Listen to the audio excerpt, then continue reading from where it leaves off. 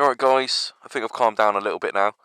I'm going to do a walk around of this little YBR, a little review of it, I suppose, because I've had two for the past 3 months now. It's well, let's start on the engine. It's injection. It's very smooth. The only thing I hate about YBRs is the gearbox. It is shocking. Every time you change into second, it drops into neutral. It's not even a fault. It's not even like the driver's fault. It's a fucking gearbox error, I swear. And then sometimes when you change from fourth to fifth, it drops into like a mysterious neutral. The light doesn't even come on. It just...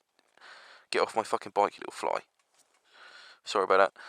And yeah, you drop it into fifth, and then like it just goes into a mysterious, invisible neutral in like gearbox mode for some reason. So it's kind of got a sixth gear, but nothing's there. You can just hear the gears going.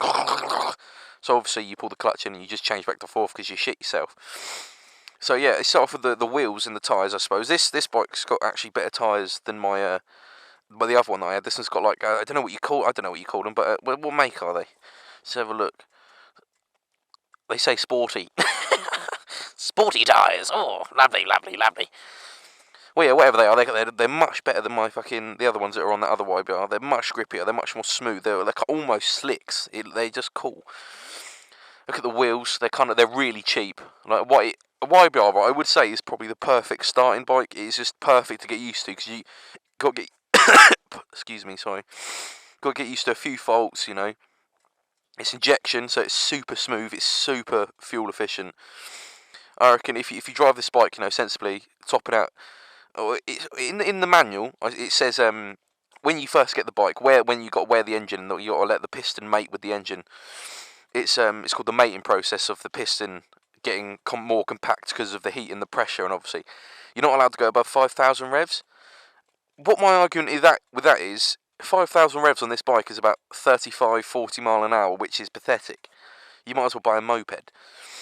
But yeah, apart from that, it's okay. And today, this guy cut me up, and he proper tested the brakes out. Like the rear brake on this bike, it's pretty faint. Like you can push it all the way down. On the other one, literally there, that was the brake. Now, all the way down. Oh, I just tried to check the time, but I haven't got a fucking watch. The front brake's really good, even though it's a single really cheap disc and pads, right? Really good front brakes. The clocks, let's have a look at the clocks. Really simple layout. They've had the same layout for about 10 years now.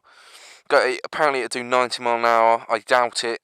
Most I've had out of a YBR was about 70, 75, something like that. And that was with Ben's CBR 400 coming home from Brighton Burnup.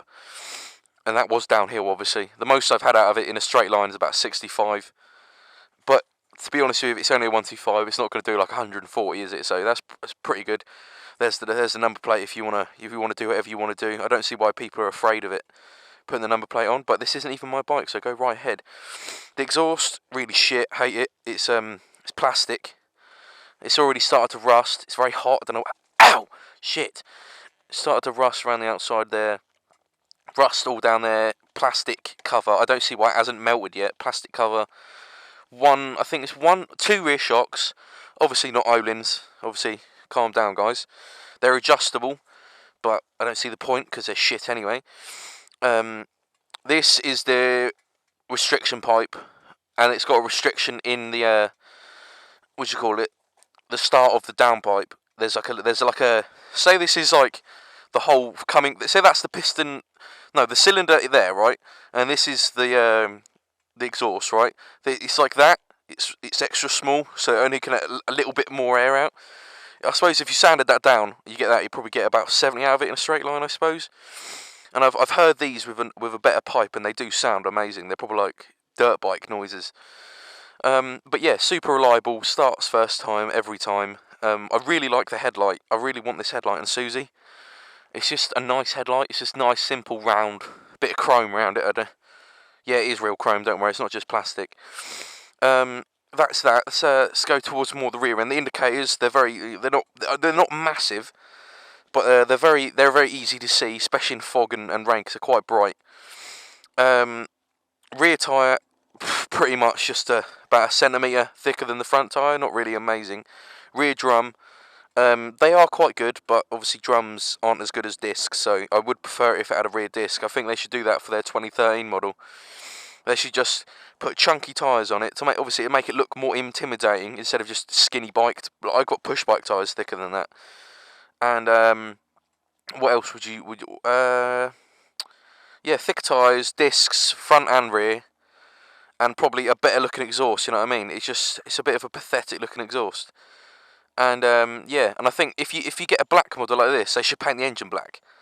Just have it like black on black. It's got black wheels. Paint the engine black. It just look much better, wouldn't it? Jesus. It comes stock with a little, not a grab rail. I don't know, like a storage rail. I've got my little bungee net on it. That comes quite in handy. Tax disc is down there. You can see it's already started to rust. This is only a 2011 model. Mirrors they're not big enough, right? When you sit on it, right, you sit like that, don't you? You don't sit like that, right? And what I think they've missed while making this video, this motorbike is they've missed that some people are bigger than others. So I sit, right. I'm fat, but then I think I'm a bit well built at the same time. I got big shoulders, big arms, and obviously a bit of a gut at the same time. So I'm fat, but I'm not a weak fat person. You know what I mean? And I sit like that, right? And all I can see in the fucking mirrors is my elbows, which is stupid. And every time you adjust them, the vibrations of the fucking bike moves them back. It's stupid. So that's that. The forks, they're okay. I suppose they're alright. Ben CBR 400 had a go on the last one. He got air on it for somehow. He's got like a little lip, kind of a little ramp of a curb next to his house, and he got air on it at about 5 miles, well, about 10, 15. I just thought, what the fuck? How did you do that? Yeah, so that's it. I do prefer it in black, actually. I think it does look more of a big, and these tyres and the colour do make more of a bigger appearance of a bike. So let's start it on. Obviously it's fuel injection, so you hear the primer. So that means the engine's priming, obviously, and it's in neutral. So let's start it. There you go, guys. It's very quiet. It's like you can hardly hear it when you're going along.